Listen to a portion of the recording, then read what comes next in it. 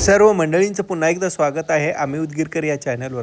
आपण या व्हिडिओमध्ये आज बघणार आहोत अतिशय सुंदर असं कीर्तन शिबपसव आणि ताताई हळवदपुरे उदगीर यांचं भव्य कीर्तन या व्हिडिओमध्ये बघायला मिळणार आहे।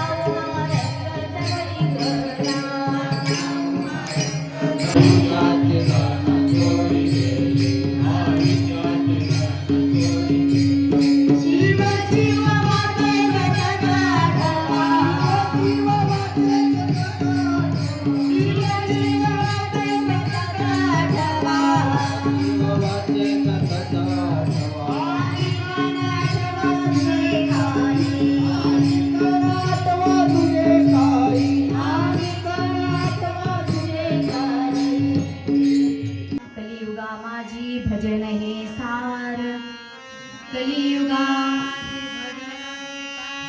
हृदयी शंकर साधवा,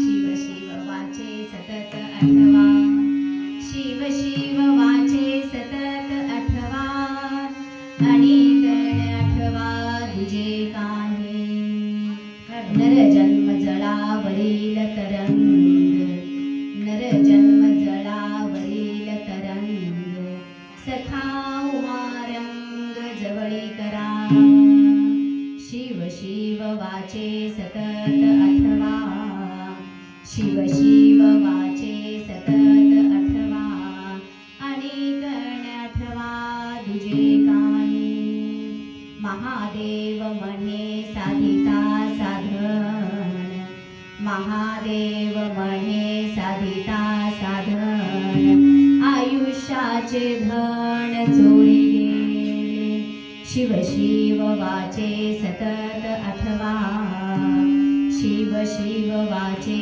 सतत आठवा, आणि गण आठवा तुझे काही,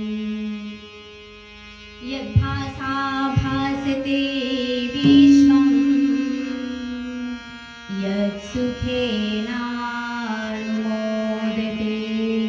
नमस्तस्मै गुणातीतं विभवाय परमात्मने, अमृतार्थं प्रपन्नानां या सुविद्या प्रदायिनी, अहर्निशमहं वन्दे तामीशान मनोरमा, तामीशान मनोरमा, तामीशान मनोरमा, जय जयाजी सदाशिवा परब्रह्म द्वयानंद वैभवा, नमो तुझ देवाधिदेवा परमेश्वरा जगद्गुरु, आता नमोची शक्ती जी जगन्माता पार्वती, अज्ञजना उत्तम गती जियेची अनुग्रहे, वेदा परशिवा परब्रह्मा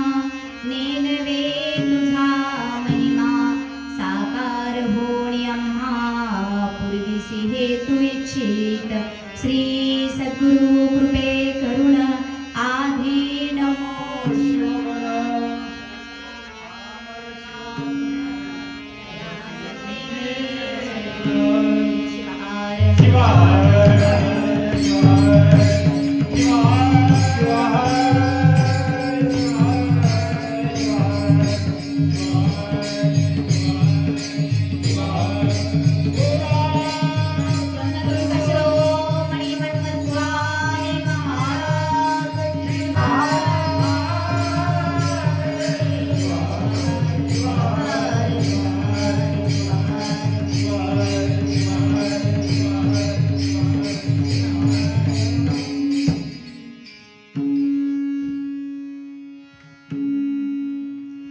परमेश्वर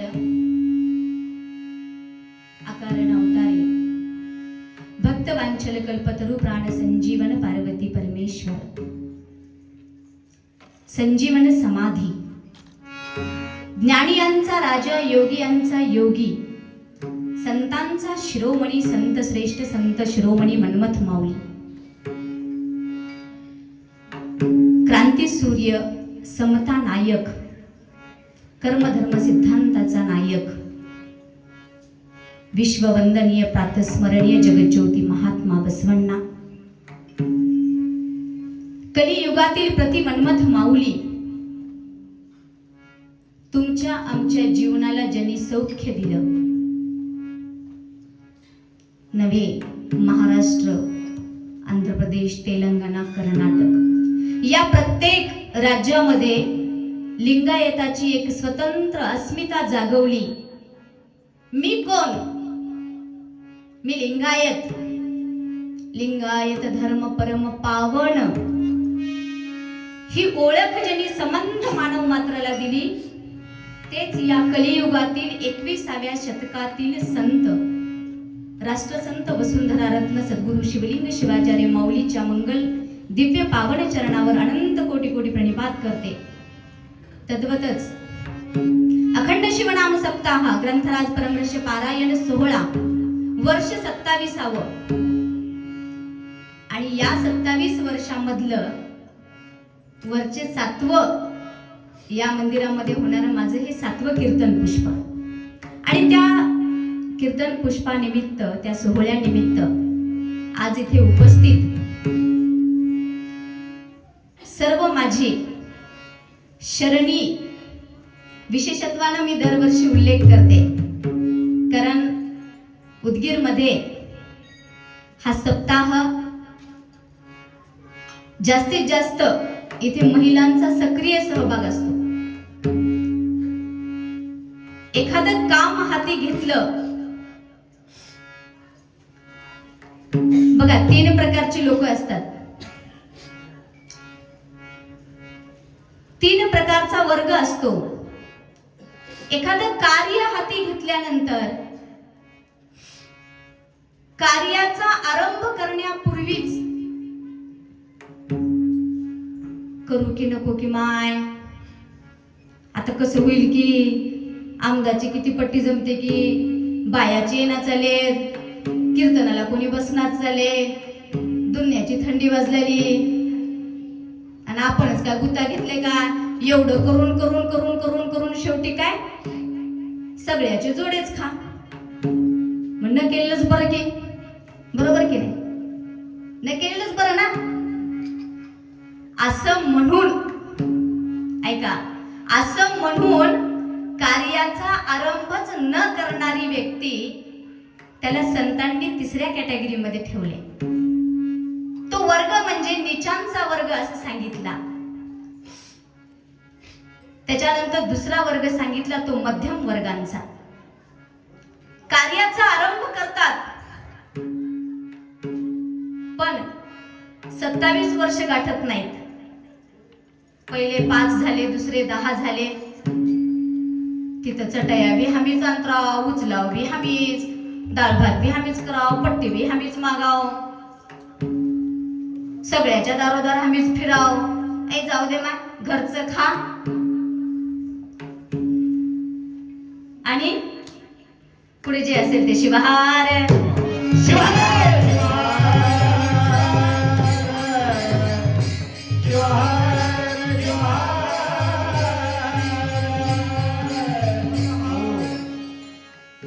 असं म्हणणारा, कार्य सुरू करून विघ्न आल्यानंतर कार्य मध्येच थांबवणारा 2रा वर्ग, त्याला संतांच्या भाषेत संतांनी कनिष्ठ वर्ग म्हटलेला आहे. नीच वर्ग, कनिष्ठ वर्ग. आणि कार्य सुरू झाल्यानंतर हाती घेतलेलं कार्य न परित्यजन्ति इति उत्तम वर्ग. शास्त्राच्या भाषेमध्ये कार्य सुरू झाल्यानंतर विघ्नाचा आणि भयाचा विचार न करता सातत्यानं ते कार्य 27 नव्हे, आपले वर्ष 57 जरी झाले तरी चालू ठेवणारा तो वर्ग म्हणजे उत्तम वर्ग असं संतांनी सांगितले. आणि म्हणून समतानगरचे सगळे महिला मंडळ ही उत्तम वर्गामध्ये आहे, हे मी आवर्जून इथं उल्लेख करते. आणि प्रस्तावनेमध्ये जास्ती वेळ न घालवता आपल्या सर्व शरण बांधव, शरण आणि शरणी, आपल्या अंतःकरणातील स्थित परमात्मा त्या परशिवाला अनंत कोटी प्रणिपात करून माझ्या अल्पशा वाङ्मयाला, वाणीला इथे मी सुरुवात करते. बघा, प्रस्तुत प्राप्त प्रसंगी निवडलेला हा अभंग, खरं तर हा अभंग संत श्रेष्ठ महादेव प्रभूंचा. जीवनातल्या प्रत्येक अंगाला स्पर्श केलेले महादेव प्रभू, मग ते क्षेत्र कुठलेही असो, प्रत्येक क्षेत्रातला अनुभव वर्णन करणारे महादेव प्रभूंचे अभंग आहेत. आणि महादेव प्रभू हे तसं पाहिलं तर कलियुगातले संत.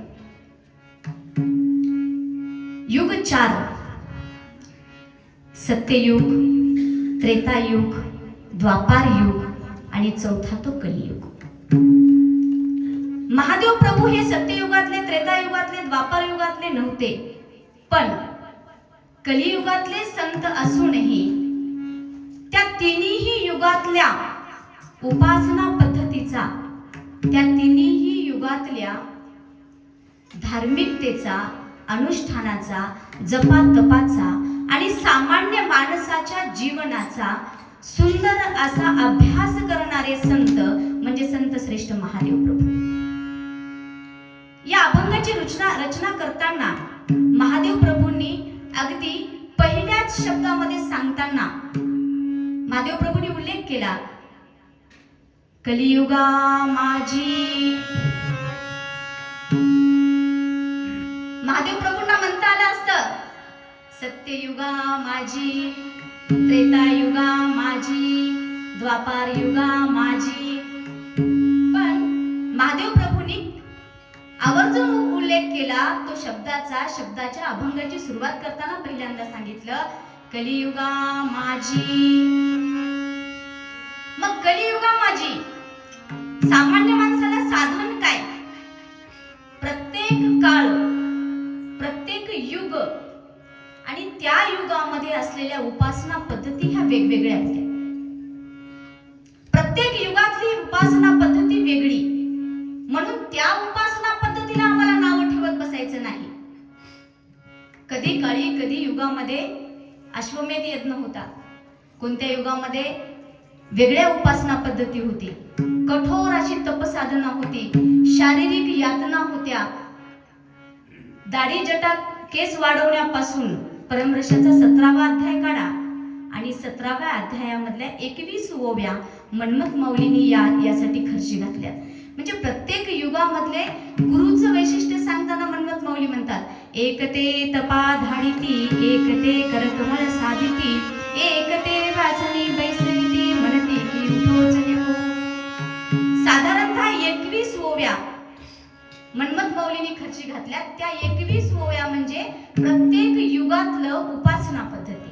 मग गुरु अनेक प्रकारचे आहेत आणि उपासना पद्धती अनेक जरी असल्या तरी त्या सगळ्या उपासना पद्धती कलियुगामध्ये सामान्य माणसाला लागू पडणाऱ्या उपासना पद्धती नाहीत. आणि म्हणून महादेव प्रभूंनी कलियुगा माझी कोणती पद्धत सांगितली? पहिल्या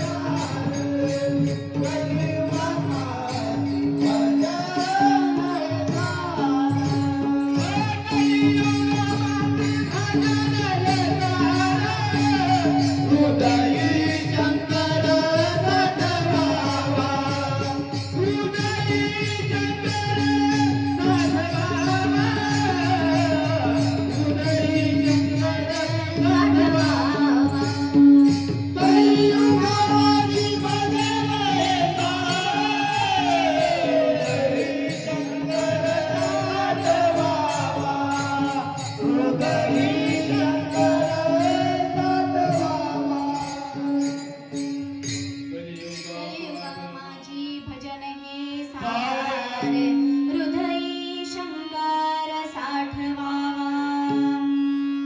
बघा, आपण सांगत होतो की प्रत्येक युगातली उपासना पद्धती वेगळी. तसं कलियुगामध्ये महादेव प्रभूंनी साधन हे सोपं सांगितलं, कारण महादेव प्रभू कलियुगातले संत होते. आजची जीवन जगण्याची जर पद्धती आपण पाहिली तर कुठलीच उपासना पद्धती आपण करू शकत नाही. देहाला यातना द्याव्यात, कष्ट द्यावेत आणि वेगवेगळ्या पद्धतीने जर आपण उपासना मार्ग अवलंबला तर त्यातून सहज देवाची प्राप्ती होईल की नाही सांगता येत नाही, कारण हे कलियुग चालू आहे. मग साध्या सोप्या सरळ मार्गाने देव मिळेल कसा? मुळात आम्ही नेहमी सांगत असतो, आपण हे सगळा खटाटोप करतो, पारायण करतो, सप्ताह उभा करतो. आज 27 वर्ष झाले आपण सातत्याने शिवपाठ भजन आहे, गाथा आहे, गाथा भजन आहे, परमदर्श पारायण आहे, मधला वेळ प्रवचन आहे, संध्याकाळी कीर्तन आहे. मग हे सगळं का करायचं? तर याचं उत्तर एकच संतांनी सांगितले, देव मिळावा म्हणून काही करतोय का? देव मिळावा म्हणून काही आहे का? देव मिळालेला आहे, फक्त मिळालेला देव कळावा याच्यासाठी धर्म आहे, याच्यासाठी आचरण पद्धती आहे. मिळालेला देव कळावा याच्यासाठी अखंड शिवनाम सप्ताह आहे. मिळालेला देव कळावा याच्यासाठी कीर्तन आहे. शिवहार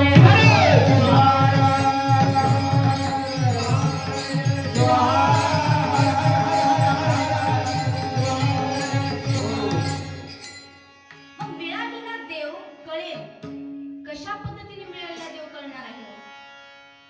आपण घरात बसलो म्हणजे मिळालेला देव कळेल का? मग कोणाला कळेल आणि कसा कळेल? आता आपण सहज माऊलीच्या, महादेव प्रभूंच्या शब्दाची उकल करताना मला सांगावंसं वाटतं, माऊलींनी कलियुगा माझी म्हटल्याबरोबर दुसरा शब्द सांगितला दादा. तो दुसरा शब्द सांगितला भजन हे सार. कारण महादेव प्रभूंना अनेक शब्द होते. कलियुगा माझी यज्ञ हे सार, कलियुगा माझी जप हे सार, कलियुगा माझी तप हे सार, कलियुगा माझी महाराज सगळे सार, कलियुगा माझी तीर्थयात्रा सार, कलियुगा माझी उज्जैन काशी रंभापुरी सार.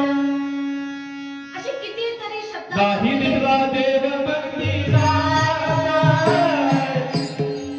नाही दिसला देव मंदिरात, पाहिला भगवान मनवत, माऊली माऊली गुरुराज माऊली, माऊली माऊली गुरुराज. नाही दिसला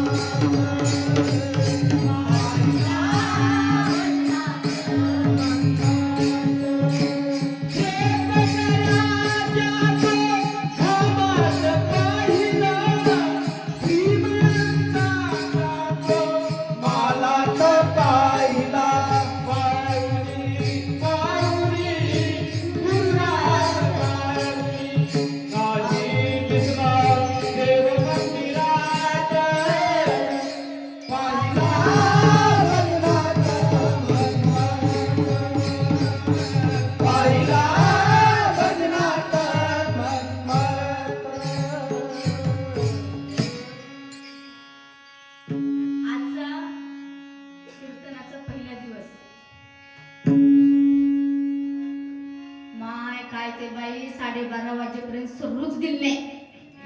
कुठं घरी गेल्याबरोबर 2:30 वाजले झोपायला आणि उद्या कुठलं पारायण नव्हते, कुठलं उठ नव्हते आता, म्हणून वेळच संपवायचा आहे.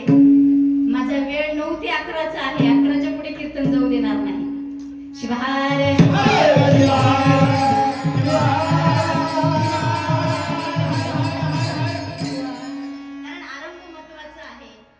पहिला दिवस गोड गेला, आनंदाचा गेला आणि अध्यात्मामध्ये उल्हास वाढवणारा गेला की मग बाकीचे 7 दिवस जरा रिलॅक्स फील होते माणसाला.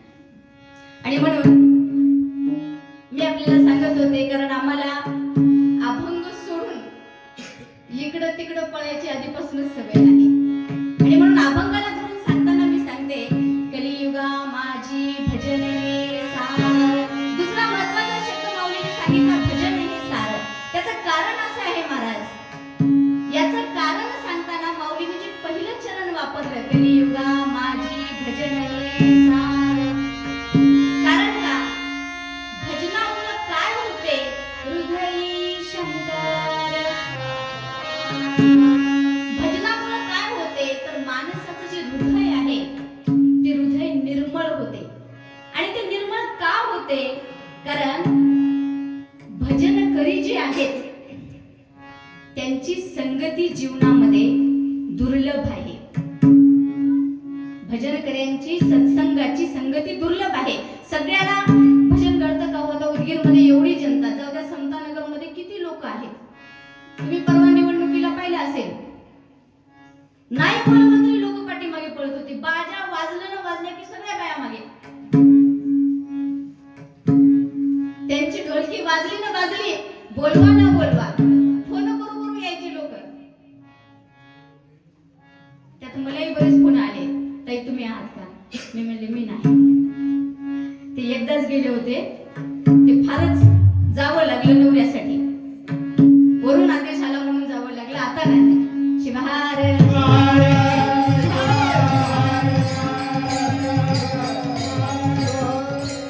बघा, आपल्या ज्ञानाचा, आपल्या कलेचा, आपल्या परमार्थाचा, आपल्या भजनाचा, आपल्या टाळाचा, आपल्या मृदुंगाचा, आपल्या अभंगाचा वापर आणि उपयोग मी हात जोडून आपल्याला सांगते, इतरत्र कुठेही होणार नाही आणि त्याचा अनावश्यक वापर होणार नाही याची काळजी आपण भजनकर्यांनी आणि आध्यात्मिक लोकांनी घेतली पाहिजे.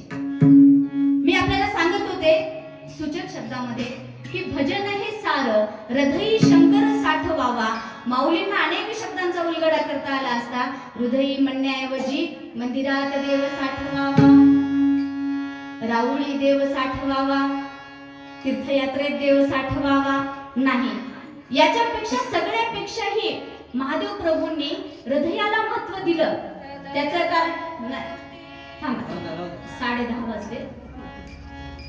कारण याचं कारण असं की माणसाचं सगळ्यात निर्मळ जर गोष्ट काय असेल, माझे हृदय, आणि सगळ्यात मोठं जर काय असेल तर ते माणसाचं हृदय आहे. ते निर्मळ करण्यासाठी त्याला आवश्यकता आहे ती संतांच्या संगतीची, त्याला आवश्यकता आहे ती सत्संगाची. आणि हृदय निर्मळ होण्यासाठी भजन हे कलियुगातलं सर्वात सुंदर साधन आहे. त्याचं कारण असं बघा, आमदार असो, खासदार असो, नगराध्यक्ष असो, नगराध्यक्षा म्हणते आता महिला आहे, या सगळ्यांना आपण विचारा की तुम्ही सुखी आहात का? तुम्ही सुखी आहात का? बाई तुम्ही तर एवढ्या मोठ्या नगराचे अध्यक्ष झाला, सुखी आहात का? साहेब तुम्ही सुखी आहात का? बरं, भजन करणारे सुखी आहेत का?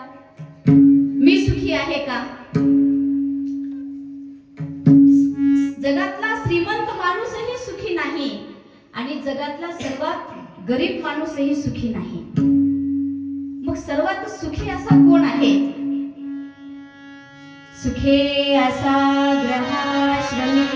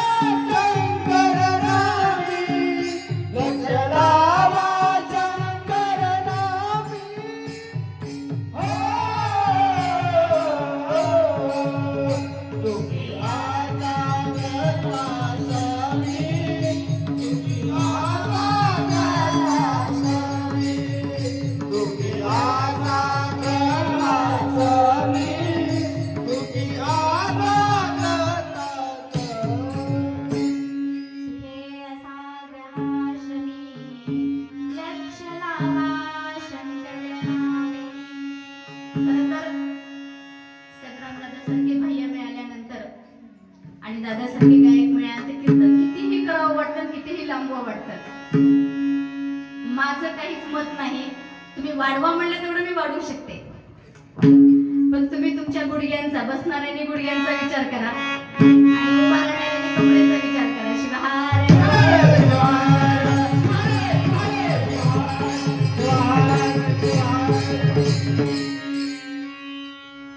सुखे असा ग्रहाश्रमी लक्ष लावा शंकरनामी. आणि म्हणून मग जगातल्या पाठीवर सुखी माणूस कोण? तर सुखी माणूस हा संन्यासी आहे म्हणजे सुखी नाही. सुख हे सर्व साधू संतांनी किंवा लक्ष्मण महाराज असतील, महादेव प्रभू असतील, संत ज्ञानेश्वर असतील किंवा संत एकनाथ महाराज असतील, संत तुकाराम महाराज असतील, या प्रत्येकाने संसारातल्या सुखाला एक वेगळी परिणती दिली. आणि मग ते संसाराचं सुख, मग माणूस श्रीमंत कोणता? ज्याच्या मुखात नाम आहे तो जगातल्या पाठीवर सर्वात श्रीमंत माणूस. बघा, मी आप्पांना मागच्या 20 वर्षापासून पाहते. आप्पा आजही जसे आहेत तसेच आहेत. म्हणजे वय किती जरी झालं तरी त्यांच्या चेहऱ्यावरचं तेज आहे, त्यांच्या चेहऱ्यावरचं जे किंवा त्यांची जी शरीरयष्टी आहे. भजनी मंडळातल्या आपल्या महिला बघा, जशा आपण 10 वर्षापूर्वी पाहिल्यात तशाच आजही दिसतात. पण एखाद्या नटीला, एखाद्या नटाला म्हणजे अभिनेता, हिरो, हिरोईन, हे माणसं बिना मेकअपचे बघा, 10 वर्षापूर्वीचे चेहरे आणि आजचे चेहरे, जमीन आसमानचा फरक दिसतो आपल्याला.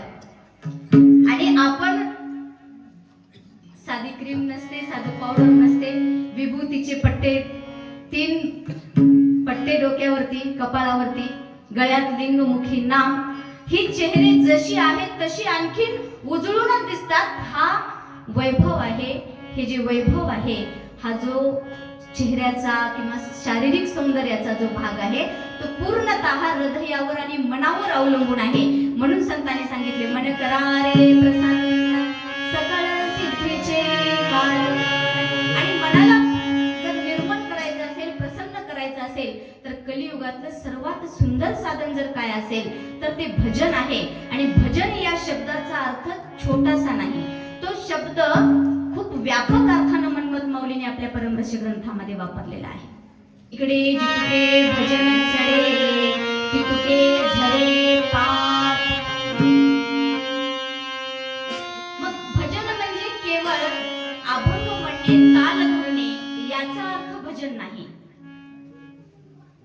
जम्मा जमासनी शयनी भोजनी गमनी प्रेमी शूलपाणी स्मरणानी.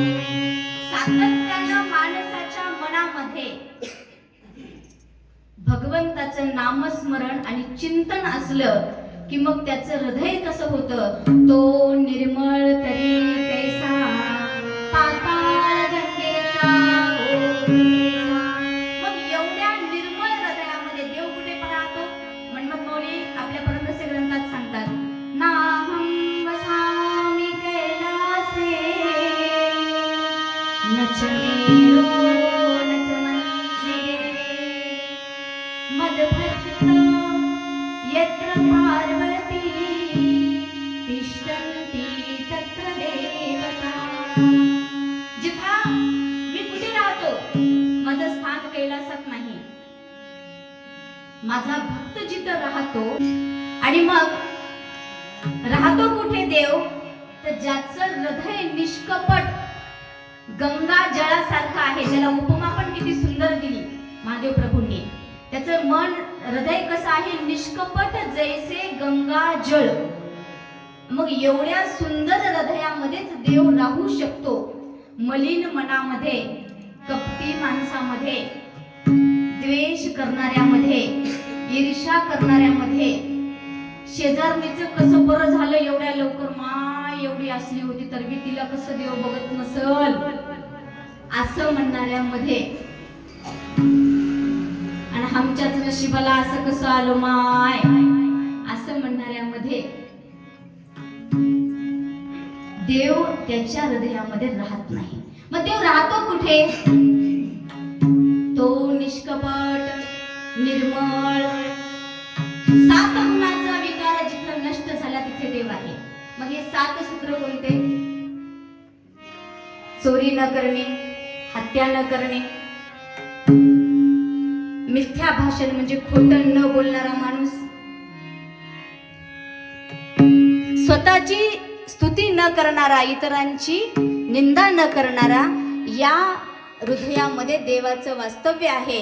आणि म्हणून महादेव प्रभूंनी त्या व्यक्तीला अभंगाच्या सुरुवातीला सांगताना सांगितलं की कलियुगा माझी भजनही सार, हृदयी शंकर साठवावा. आणि एकदा या मनाला शंकराला साठवण्याची सवय लागल्यानंतर तो व्यक्ती शिवाय राहूच शकत नाही. याचा उल्लेख करताना दुसऱ्या चरणात शिव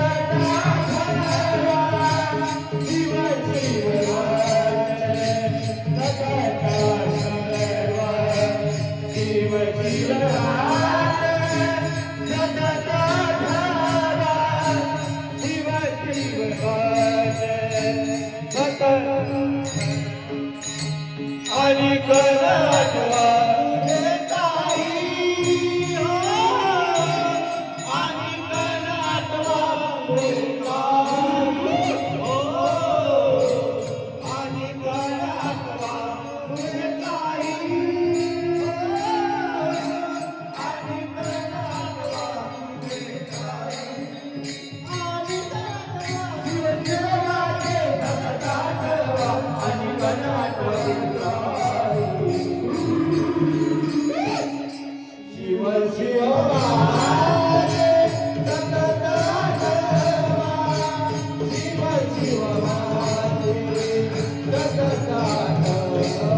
शिव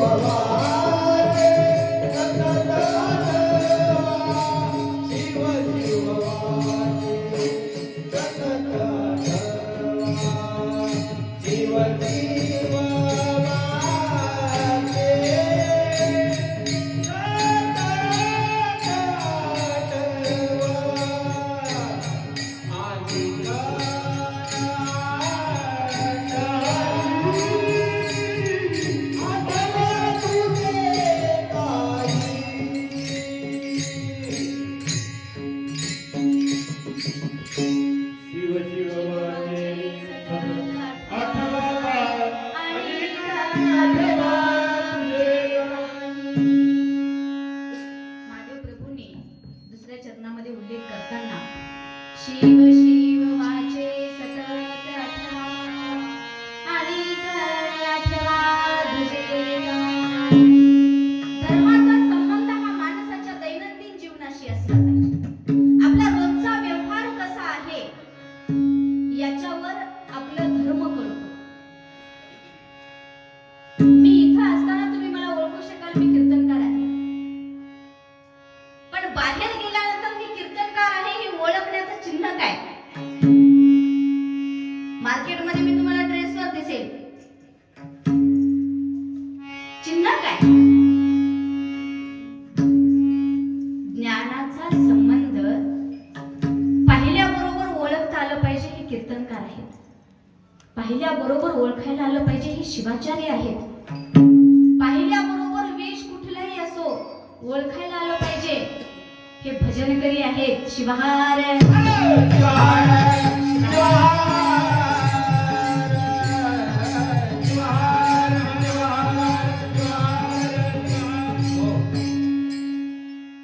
याचं कारणच असं की माणसाचं आचरण हे त्याच्या चालीवरून बोलीवरून त्याच्या व्यवहारावरून कळलं पाहिजे की हा कीर्तनकार आहे. त्याच्या व्यवहारावरून कळलं पाहिजे की हा भजनकरी आहे. नाहीतर सामान्य माणसामध्ये इतर लोकांमध्ये भजनकऱ्यामध्ये फरक काय? भजन करूनही भजन करून या काय जरी जीवा दुःख देणे होय. आयुष्यभर भजन करून आमच्या आचारामध्ये दया निर्माण होत नसेल, आयुष्यभर भजन करून घरच्या माणसाच्या वेदना पाहून आपल्या संवेदना जाग्या होत नसतील तर त्या भजनाला अर्थ काय? आयुष्यभर मंदिरात बसून जर आमच्या शब्दामध्ये विवेक नसेल, आमच्या वागण्यात दया नसेल, इतरांचं दुःख पाहून दुःख वाटत नसेल आणि इतरांचं सुख पाहून सुख का दुःख काय वाटत नसावं. हल्ली इतरांचं सुख पाहून सुख वाटत नाही, इतरांचं सुख पाहून दुःख वाटतं. पण इतरांचं दुःख पाहून दुःख वाटलं पाहिजे आणि इतरांचं सुख पाहिल्यानंतर मनाला सुख वाटलं पाहिजे. त्याचं नाव खरा परमार्थी आहे. शिवहार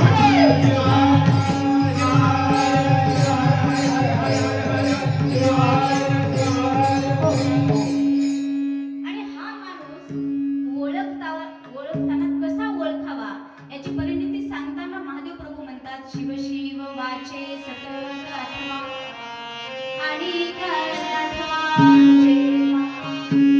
कारण हा शिव कसा आहे याचं नामस्मरण कसं आहे बघा. परवा आम्ही येळावस जे 8-15 दिवसापूर्वीच समजा बैलगाडीमध्ये बसून, बऱ्याच वर्षापूर्वी तो प्रसंग आला, बैलगाडीमध्ये बसून शेताला जाण्याचा. शेतकऱ्यांनी ते सगळं बैलगाडीमध्ये साहित्य ठेवलं, भजी, आंबील, भाकरी, रोटी जे काही आहे ते सगळं. एवढं छान वाटत होतं की चला आता गेल्या गेल्या बरोबर एवढं छान आपल्याला सगळं मस्त शेतात बसून बैलगाडीत जाण्याचा आनंद. सगळं त्या शेतकऱ्यांनी बैलगाडीमध्ये घेतलं, बैल लावली, त्याचं ते काय व्यसन असते काय जे काही आता शेतकऱ्यांना ते सगळं माहिती आहे. आम्ही शेतकरीच पण ते विसरलो आता त्याला काय म्हणतात ते सगळं केलं आणि गाडी हाकायला लागली. पुढे गेल्यानंतर गाडीचं चाक गळून पडलं. त्याचं कारण काय? काय महाराज म्हणतात दादा कारण काय असावं गाडीचं चाक गळण्याचं? शेतकऱ्यांनी आरी गाडीची आरी, बैलगाडीची आरी गळून पडण्याचं कारण काय असेल? छोटंसं कारण आहे, ते कारण फारसं लक्षातही येत नाही. शेतकऱ्यांनी छोटीशी खीळ जी असते, खीळ, त्या आरीला बसवायची खीळ लावायचं विसरला आणि सगळं काही तिथं काय झालं, सगळ्या आनंदावर विरझण. तसं माणसाच्या जीवनामध्ये शिवनाम हे देहाला बसवलेलं, मनाला बसवलेलं खीळ आहे. लक्षात घ्या, ते खीळ जर आपल्याकडे नसेल तर माणूस म्हणून घेण्याच्या पात्रतेची आपण राहत नाही. शरीर रोगाचं भांडार आहे, रोगाचं माहेर आहे. अवतीभोवती असलेले सगळे संत सज्जन, घरातले लोक असतील, सर्व मायेचे ममतेचे आहेत, संगतीचे. भौतिक जीवनातला प्रत्येक घटक, मग स्वतःचा विकास, आत्मविकास साधायचा असेल तर माणसाने साधा सहज या युगामध्ये मोठी साधनं, दुसरी साधनं आपण करू शकत नाही. तेवढा वेळही आपल्याकडे नाही. आता बघा, कधी कधी ज्योतिषशास्त्राचा हल्ली ते फार फॅड चालले बरं का. सहज अनावधानाने मी आपल्याला सांगते, माणसावर संकट आलं न आलं आपण लगेच जन्मपत्रिका काढायला घेऊन जातो आणि एखाद्यांच्या समोर पौरोहित्याकडे बसतो. मी तुम्हाला विज्ञान म्हणून सांगते, मी तुम्हाला गंमत म्हणून सांगते आणि आपण लक्षपूर्वक ऐकावं ही माझी विनंती पण करते.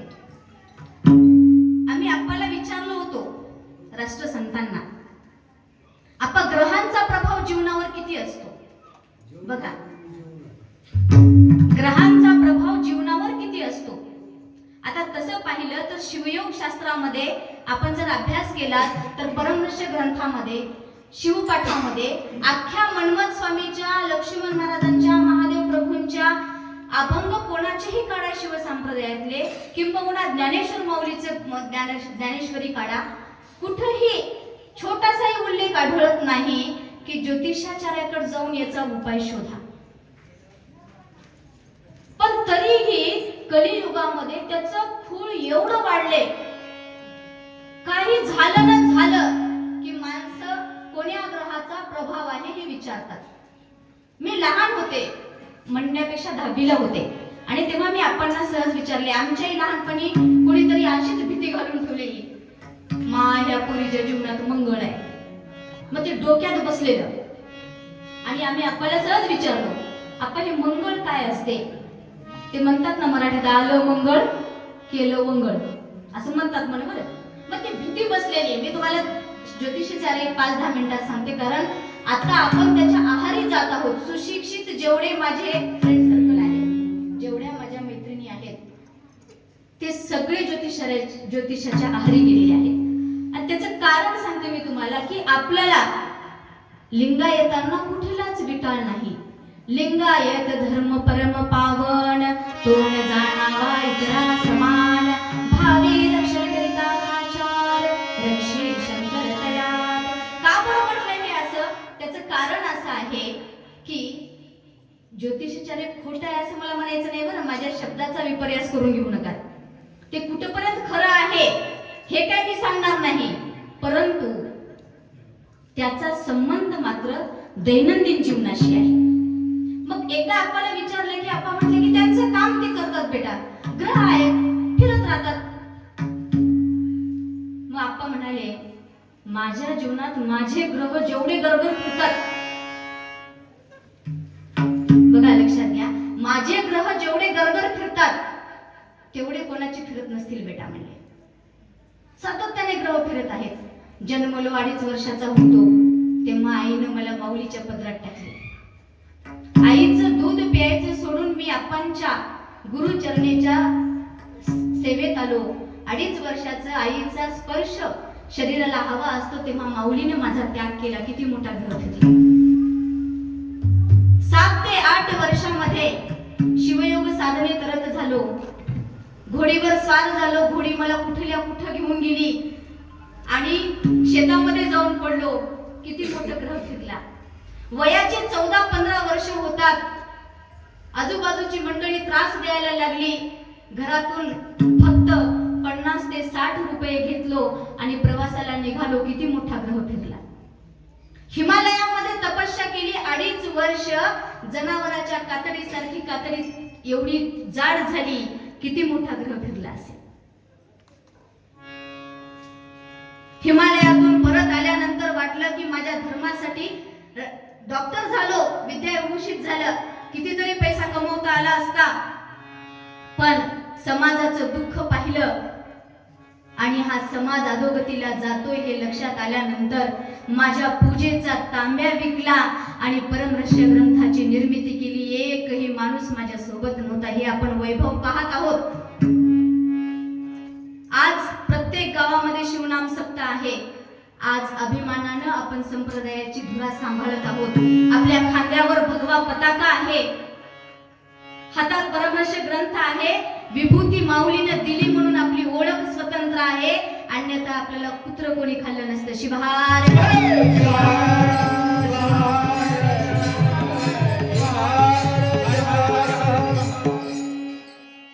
याच परमर्ष ग्रंथाचा निर्मितीसाठी कोणालाही 1 रुपया मागितला नाही. माझ्याकडे जे होतं ते मी दिलं.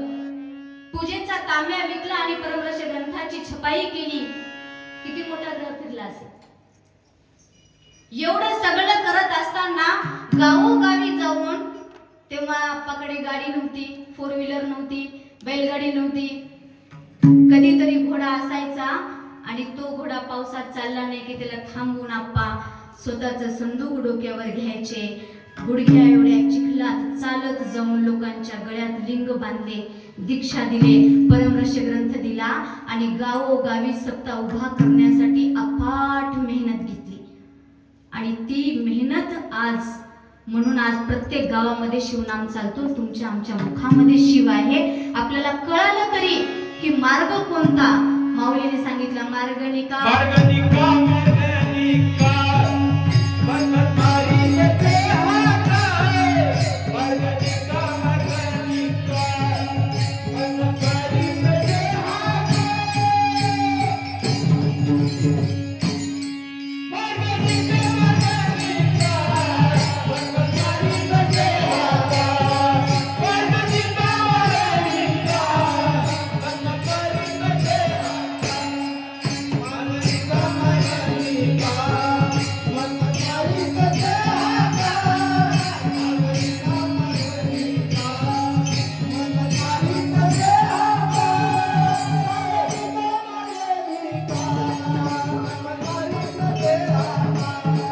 मार्गनिका मार्गनिका मनमारी येते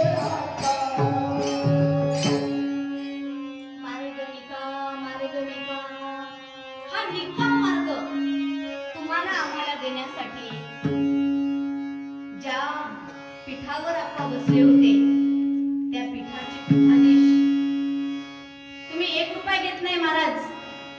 मठ पडत आलेला आहे. मठाचं बांधकाम कसं करणार आहात.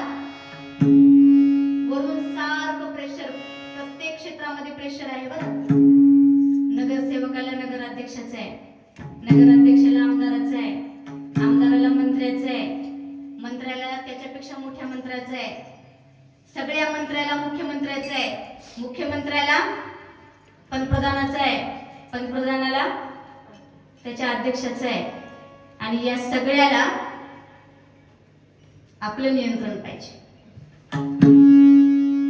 सांगण्याचं तात्पर्य असं की क्षेत्र कुठलंही असो त्याला टॉर्चर आहे, त्याला त्रास आहे. तसा आपणांनाही त्रास झाला. मठ कधी बांधणार आहात महाराज असं वारंवार चौकशी करण्यात आली. आप्पा म्हटले मी कोणाकडून पैसाच घेत नाही महाराज, मठ बांधू कसं. मग किती मोठे ग्रह फिरले असते लक्षात घ्या. मी आपल्याला ग्रहाचं सांगते. तेव्हा आप्पाने सहज उत्तर दिलं की बेटा माझे ग्रह नेहमी फिरतात, परंतु ते ग्रह मला प्रभावच पाडू शकत नाही. त्याचं कारण सांगते. सूर्याचा प्रभाव आपल्यावर पडायचा नसेल, दुष्परिणाम बरं का, तर जीवनामध्ये सूर्य कसा आहे, तेजस्वी आहे. मी तुम्हाला ज्योतिषच सांगते आता. जर त्याच्यापासून आपलं रक्षण व्हावं असं वाटत असेल तर आयुष्यात कधीच खोटं बोलायचं नाही. खोटं बोललं नाही की तो त्याच्या जागेवरच राहतो, त्याचा प्रभाव माणसावर पडत नाही. चंद्राचं लक्षण आहे शीतलता, थंड. घरातलं नळाचं पाणी वाया जाऊ देऊ नका, तो चंद्र कधीच कोपणार नाही. पूजेला बसताना अंतरंग आणि बहिरंग पूजेची जागा साफ स्वच्छ सुचरभूत ठेवा आणि अंतरंग देखील तेवढंच स्वच्छ ठेवा. बुधाचा परिणाम कधीच होणार नाही. चोरी करू नका, हत्या करू नका, शब्दानं कोणाला दुखवू नका. गुरुग्रह कधीच कोपणार नाही. वाईट व्यसन कधीच करू नका. राहूचा प्रभाव कधीच पडणार नाही. शिवहार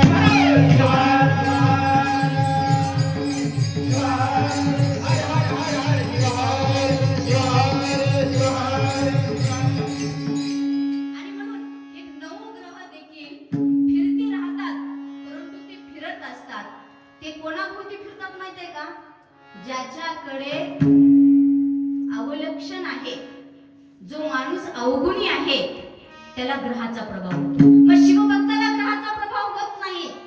म्हणून आपल्याला कुठंच जायची संमती आपल्या संतांनी दिली नाही. मग आपण काय केलं पाहिजे? आपण मन निर्मळ, अंतःकरण शुद्ध ठेवून सुंदर असं भजन केलं पाहिजे. आणि म्हणून आपण सर्वजण मिळून काठ बसा, सगळेजण डोळे बंद करा आणि 5 मिनिटं सर्वजण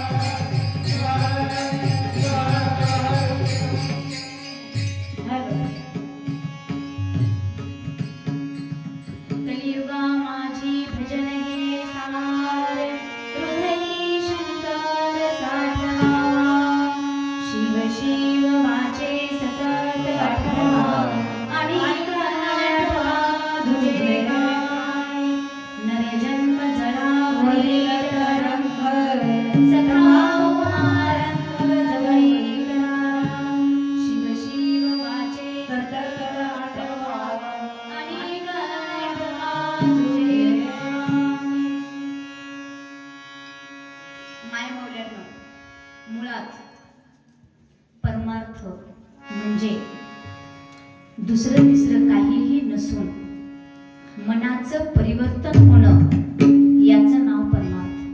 मी आज जिथं आहे तेच जर मी उद्याही असेल तर माझा परमार्थ नाही. बघा, जगज्योती महात्मा बसवांना दीक्षा देत होते. दीक्षा 5 मिनिटाचाच वेळ घेते. 11 वाजता संपवाय. काय झालं? तिकडे गेले वाटलं का? शिवहार आहे.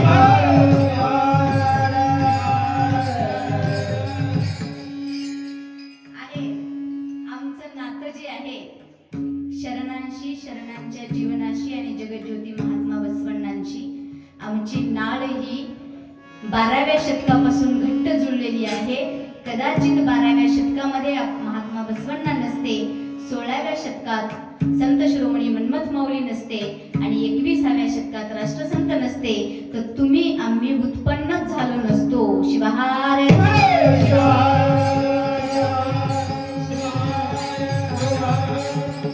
आणि म्हणून जगज्योती महात्मा बसवण्णा एके ठिकाणी दीक्षा द्यायचं काम करत होते. दीक्षा देत असताना मी मनाचं परिवर्तन सांगते आणि देव कोणाला भेटतो या अभंगाचा पूर्वार्ध संपलेला आहे. उत्तरार्ध सांगून अभंगाचा शेवट करते. केवळ 3 मिनिटाचा वेळ मी आपल्या घेते आहे. आपला म्हणण्यापेक्षा माझाच मी देते आहे. शिवहार. 11ला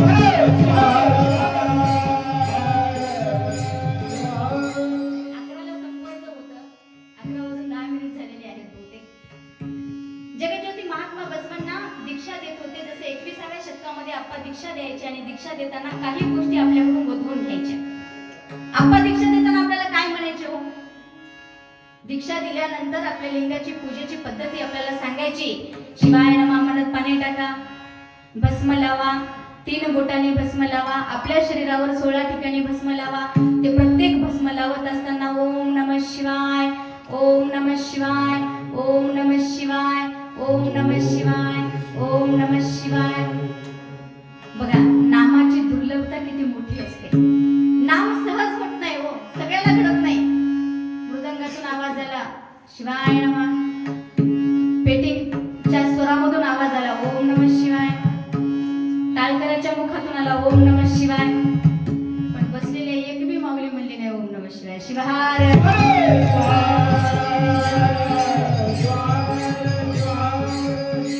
नामाची दुर्लभता आहे, ते सहज साध्य होत नाही. असो, मग अनुग्रह घेतल्याने षडाक्षरी मंत्राचा जप आणि दीक्षा घेतल्याने पंचाक्षरी मंत्राचा जप करत असताना आपल्याला विधी सांगितली. आपल्या देहाची पूजा करा. कारण लिंगायत धर्मामध्ये, शिवसंस्कृतीमध्ये धर्मवीर शिव म्हणा, लिंगायत म्हणा, शिवसंस्कृती म्हणा, मी त्या भानगडीत आणि त्या वातावरणात पडणार नाही महाराज. कारण ते कंटाळा आलाय त्याच्यावर बोलून बोलून. शिवहार.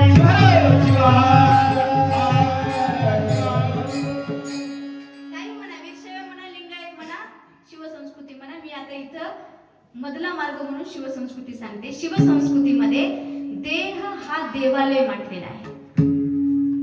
आपल्या धर्मामध्ये 5 सुतक 5 विटाळ हे सगळीकडे मानतात, पण लिंगायताला जन्मसूतक नाही, मरणसूतक नाही, रजसूतक नाही, कुठलेही सूतक नाही, कुठला विटाळ नाही. आपल्याला 2च विटाळ आहेत, परद्रव्य परनारी याचा विटाळ. हे 2 विटाळ जर सोडले तर लिंगायत धर्मात, शिवसंस्कृतीमध्ये 3रा विटाळ नाही. मी आपल्याला सांगत होते की आपल्याला आपला देह कसा सुंदर आणि धर्म कसा श्रेष्ठ आहे. जगज्योती महात्मा बसवांना दीक्षा द्यायची. आप्पा दीक्षा देताना आपल्याकडनं काही शब्द म्हणवून घेतलेले आहेत. तुम्ही जर दीक्षा घेतलेली किती लोक आहेत आप्पाकडून हातवर करावं. आपल्या म्हणजे सगळेच आहेत जवळपास. आता आपल्या सगळ्याला आठवत असेल, दीक्षा घेताना आप्पा आपल्याला एकच म्हणायचे, मी म्हणा माझ्या मागे, म्हणजे आप्पाची आठवण येईल. मी चोरी करणार नाही, मी दररोज स्नान पूजा केल्याशिवाय काहीही खाणार पिणार नाही, मी लिंगायताची निंदा करणार नाही, मी मांसाहार करणार नाही, मी कुठलेही व्यसन मद्यपान करणार नाही,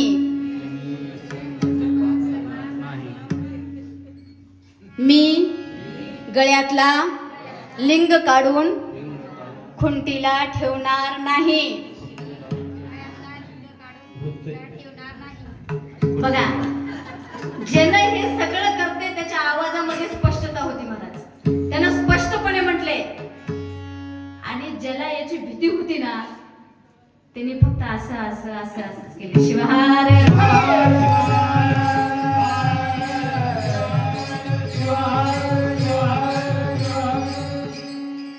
आपण हे सगळं करतो. गळ्यातलं लिंग काढत नाही ना, आम्ही काढतच नाही. आम्ही मद्यपान करत नाही, आम्ही मांसाहार करत नाही, आम्ही खोटं बोलत नाही, आम्ही चोरी करत नाही, आम्ही हत्या करत नाही, आम्ही इतरांची निंदा करत नाही, आम्ही स्वतःची स्तुती करत नाही. आम्ही कुणाची स्तुती करतो? जो कल्याणाची देवता आहे त्याची स्तुती करतो. आणि म्हणून बसवण्णा असं दीक्षा देत होते. दीक्षा देताना जसं आपण हे सगळं म्हटलं, तसं बसवण्णा देखील लिंगाची दीक्षा देताना आपल्या शिष्यांना हेच मंत्र म्हणून घेत होते. आणि हे करत असताना उरिलिंग पेद्दी नावाचा ज्यांनी चोरी करण्यासाठी आला होता, त्या व्यापारी च्या घरामध्ये, मोठ्या सावकाराच्या घरामध्ये दीक्षा चालू होती.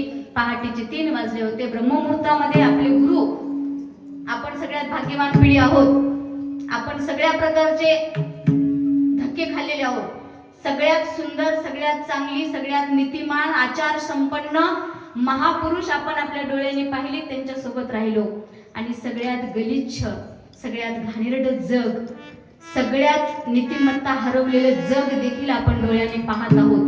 म्हणजे आपण भाग्यवान पिढी आहोत. आपल्या पुढच्या पिढीला आपण सारखे लोक मिळणार नाहीत. म्हणजे चांगलं काय आहे ते त्यांना दिसणार नाही. इथून पुढे केवळ कलियुग चालू झालेलं आहे. जे भजन करतील ते तरतील.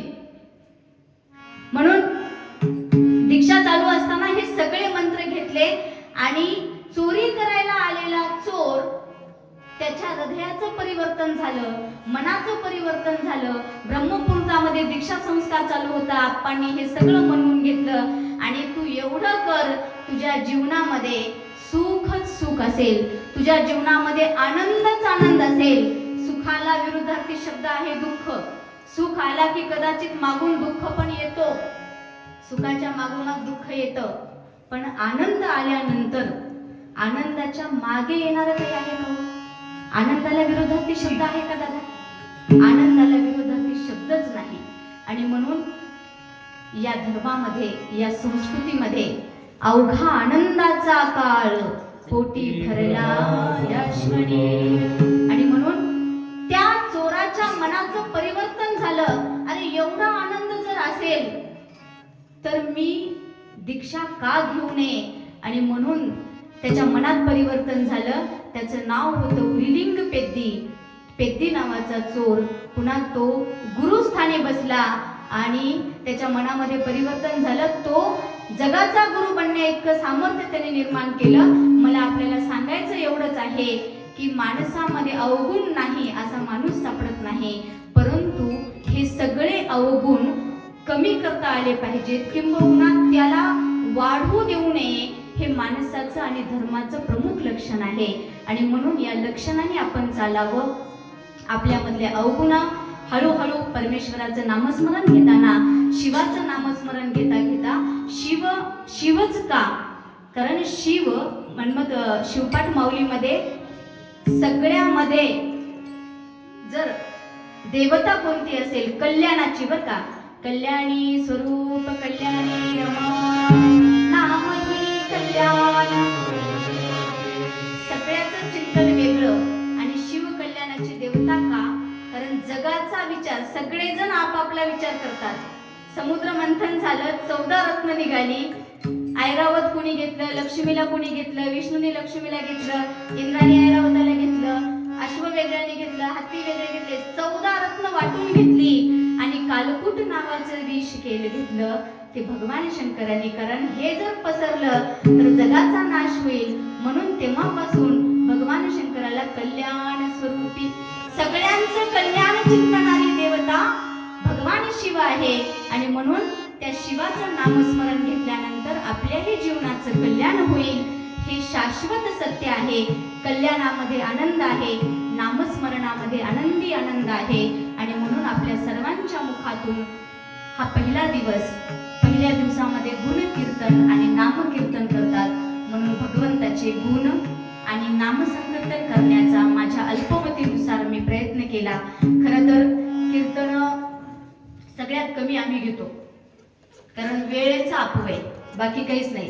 आता 2 वर्षानंतर पहिल्यांदा कीर्तन, त्याच्यामुळं कदाचित कुठेतरी सातत्य असेल किंबहुना साधना कमी पडत असेल, शब्दांचा कुठेतरी कमी जास्त उल्लेख होत असेल, जेही काही माझ्यामध्ये माझ्या वाणीमध्ये किंबहुना अभंगाची सोडून करताना वाङ्मयामध्ये जी काही सेवा झाली ती प्रत्येक सेवा राष्ट्रसंत शिवलिंग शिवाचार्य माऊलीची आहे. जे योग्य आहे ते माऊलीचं आहे आणि जे अयोग्य आहे ती माझ्या स्वतःचीच उपलब्धी आहे. आणि म्हणून मी आपल्या सर्वांना माझी झालेली वाङ्मयीन सेवा करत असताना जर कोणाच्या भावना मन दुखावला असेल किंबहुना अयोग्य काही वाटत असेल तर ते माझं म्हणून मला सोडा, जे योग्य आहे ते आपण स्वीकारावं एवढी विनंती करते. आणि माझ्या वाणीला आपल्या सर्वांचं परत एकदा अभिष्ट चिंतन करते. सर्वांनी खूप सुंदर साथ दिलात. गायकांमुळे खरं तर कीर्तनाला खूप चांगली शोभा आली. किंबहुना आमचा लय तालमध्येच कुठेतरी कमी जास्त होत असतो, पण दादा असले की मला चिंता नसते. आणि म्हणून आपण सर्वजण इथं उपस्थित झालात. पहिला दिवस आहे, तो चांगला गोड करून 7 दिवसाची ही सेवा अशीच सुंदर व्हावी आणि आपल्या सर्वांना नामस्मरण व्हावं. भगवंताचं गुणकीर्तन, नामकीर्तन आणि वेगवेगळ्या 7 दिवसामध्ये 7 प्रकारची चांगली कीर्तनं आपल्याला ऐकून आपल्या मनामध्ये, आपल्या वाणीमध्ये, आपल्या बुद्धीमध्ये, आपल्या अंतःकरणामध्ये परिवर्तन व्हावं आणि जगातला सगळ्यात सुंदर सद्गुणी संपन्न माणसं आपण होऊन या कलियुगामध्ये जे अभूरपणा चालू आहे ते आपल्या पुण्य पावनतेनं कमी होऊन चांगली माणसं टिकावीत या हेतून आपण सर्व प्रयत्न करूयात आणि आपल्या अंतःकरणामधली शक्ती ही दिवसेंदिवस वाढत जावी, आपल्या अंतःकरणातली भक्ती वाढावी, अशी शक्ती अनंत कोटी ब्रह्मांडाचा नायक शाश्वत वैभवाचा स्वामी तुम्हा आम्हा सर्वांना देवो एवढी मंगलमय चरणी प्रार्थना करून झालेली ही वाङ्मयीन सेवा तुम्हा सर्व शिवभक्तांच्या शरण शर्मींच्या चरणावर समर्पित करते. गुरुराज माऊली